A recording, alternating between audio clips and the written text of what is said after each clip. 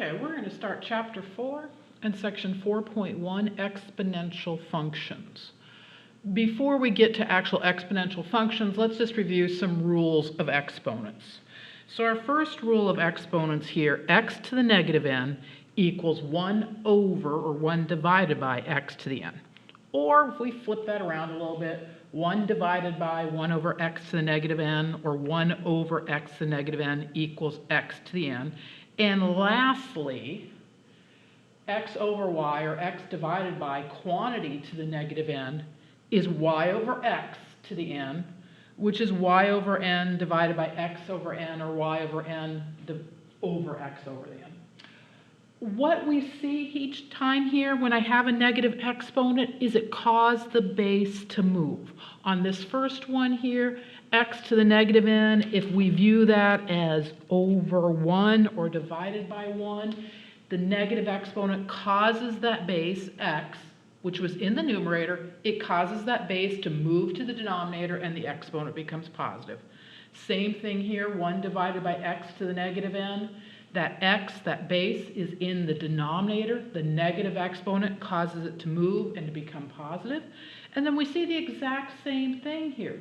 That, very important to distinguish here, there's a negative there and not there. Maybe we should zoom in a little bit so see them a little bit better.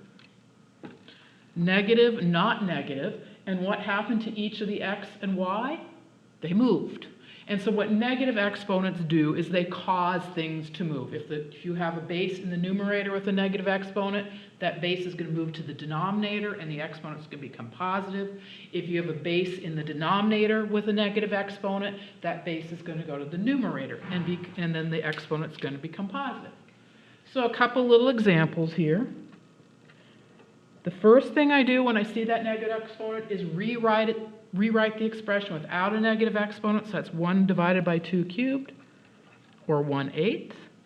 Similarly here, that becomes 3/2 squared, which very technically 3 squared over 2 squared for 9/4. So negative exponents cause things, quote unquote, to move. Okay, next rule of exponents. X to the m, quantity to the n, is x to the mn. In words, for an exponential expression raised to an exponent, multiply the exponents. So very explicitly here, this would be x to the 2 times 3, or x to the 6th. Next one, x to the m times x to the n is x to the m plus n. In words, when multiplying with the same base, add the exponents. And so very explicitly here, x squared times x to the 5th would be x to the 2 plus 5, or x to the 7th. And lastly, x to the m over n is x to the m minus n. In words, in a fraction with the same base in the numerator and the denominator, subtract the exponents.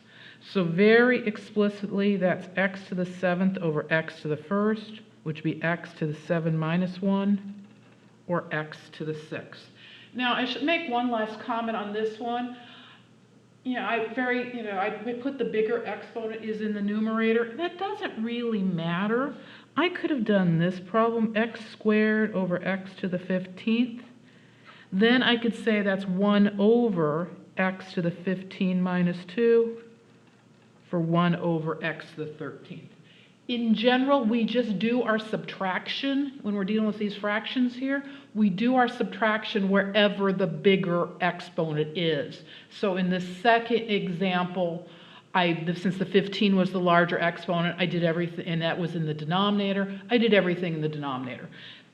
This rule is always, that's just the convention. I could have just as easily subtracted the numerator and worked with my negative exponents, but this is just the convention that we have a tendency to do our subtraction wherever the larger exponent is. Okay, so those are our views for the rules of exponents. Now we can start talking about exponential functions. So exponential functions. A function of the form f of x, let's make sure you can see that there. A function of the form f of x equal a to the x, where a is greater than 0 and a is not equal to 1, is called an exponential function with the base a. The general form of an exponential function is a positive constant raised to a variable exponent. Positive constant, not 1, raised to a variable exponent. Positive because we're not going to use imaginary numbers. So we're not going to talk about -2 to an exponent because that can lead us into imaginary numbers. If your exponent happened to be 1/2, the number -2 raised to the 1/2 would be the same thing as the square root of -2, which would lead us to an imaginary number, and we're not going to do imaginary numbers, so we want all our bases to be positive, and not 1 because 1 is boring. 1 to any exponent is 1, and so that's a boring function. So we're going to do positive constants, not 1, raised to a variable exponent. And so we're just going to start investigating these guys a little bit. To start investigating, we're going to do this problem right here. This is graph the following by making a table of coordinates. Use the graph to find the domain, range, and horizontal asymptote of the function. So let's do it, 2 to the x. So we'll do the computations off to the side here, and then we'll bring the answer back. So that's 2 to the -3, and here's why we did some review of exponents. That's going to be 1 over 2 cubed, which is 1/8. 2 to the -2. It's going to be 1 over 2 squared, which is 1/4. 2 to the -1, it's just going to be 1/2. 2 to the 0, anything other than 0 raised to the 0 power is 1, so we get 1 there. Then 2 squared, 4, and then 2 cubed, 8. So there's our table of values. And now graphing this. And I'm going to cheat a little bit on the graph. That's not very straight. Let me try to make that straight. But I'm going to cheat a little bit on the graph, and I'll explain why momentarily. I'm going to cheat by doing this. I'm going to call that 1, because notice I've got a graph 1/8, 1/4, and remember your f of x column is really your y coordinate. I've got some pretty small numbers to graph, so I'm going to cheat and call that 1, and then we're just going to go 2, 3, 4, 5, 6, 7, 8. So really sort of cheating here that I made this whole distance 1, and then these guys are certainly not that distance, but as long as I label it, I think you guys will let me get away with cheating. And I'm going to cheat a little bit over here on this side too. I'm going to call that 1, 2, 3, and I'm going to call that -1, -2, -3. So cheating over on this side too, because if I was being a perfect teacher and not cheating, everything would have the same distance between all those tick marks. So I am definitely cheating. And I think I will graph it, let's graph in green, why not? Okay, so I have -3, 1/8. So there'd be 1/2, there'd be 1/4, there'd be 1/8. So -3, 1/8, right about there. You really can't tell that's green. Let's pick a color you'll actually be able to tell what it is. How about yellow? Well, now I guess we'll go with the green, because the white out's not working well. So that's green. You'll just have to believe me, that's green. It doesn't look much like green. But if you were looking at my pen here, see, my pen is green. It just doesn't look green on the thing there. And again, remember, it's an empty classroom that I'm teaching to, so when I say stupid things, there's no one in front of me to say, hey, that's stupid, don't say that stuff again. So we have -3, 1/8, -2, 1/4, right about there, -2, 1/2, right there, 0, 1, right there, 1, 2, right about there. I'm going to move that 1 right there. 2, 4, right about there, and 3, 8, right about there. And connect my dots. And there's what my graph looks like. Now, thinking about this side over here. So, say I'd start at -3, but let's say I start at -4. Then it'd be 1 over 2 to the 4th, 1/16. If I had -5, it would be 1 over, my y coordinate would be 1 over 2 to the 5th, which is 1/32. If I had negative 6, my y coordinate would be 1 over 2 to the 6th, which would be 1 over 64. If I'd been negative 7, it'd be 2 to the 7th, 1 over 2 to the 7th, which is 128, 1 over 128. But my point here is that as I went further and further to the left here, these numbers would keep getting smaller. Here it was 1/8, then it'd be 1/16, then it'd be 1/32, then it'd be 1/64, then 1/28. That what's going to happen over here is it's going to keep coming closer and closer and closer to that x-axis, but it's never going to touch.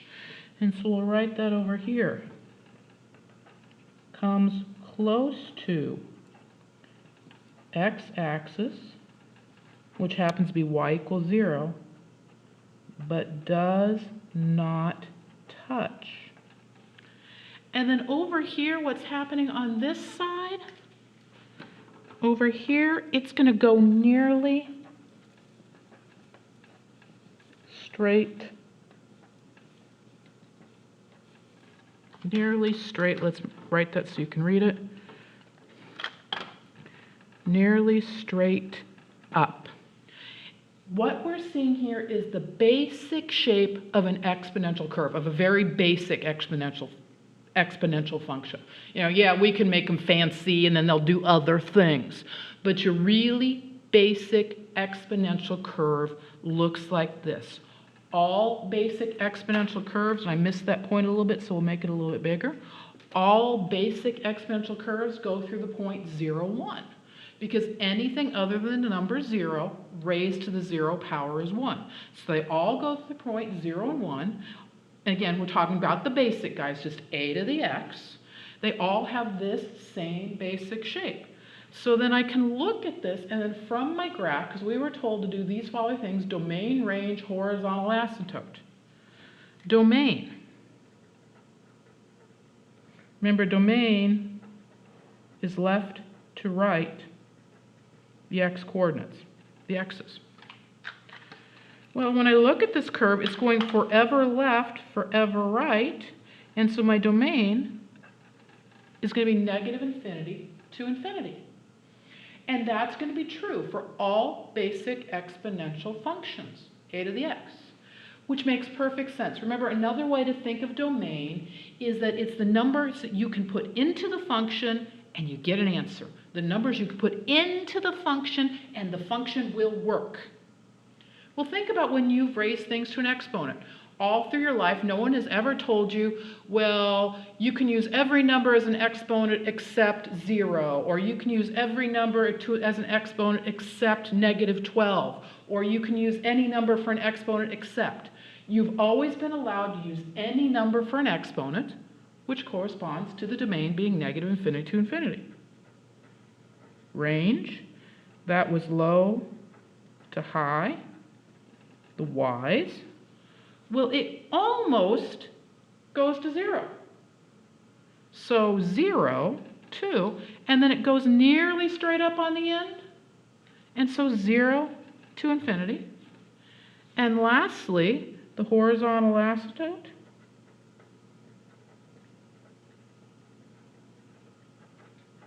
Well, that's this guy over here, where it's coming on the left. Now it's just a left horizontal asymptote, but that's okay. On the left, it's coming closer and closer and closer to that y equals 0. And the point here is this basic information here is the basic information for all basic exponential functions, a to the x. The graphs are going to go through slightly different points, but all functions a to the x have the same basic information. And that's enough for this first video.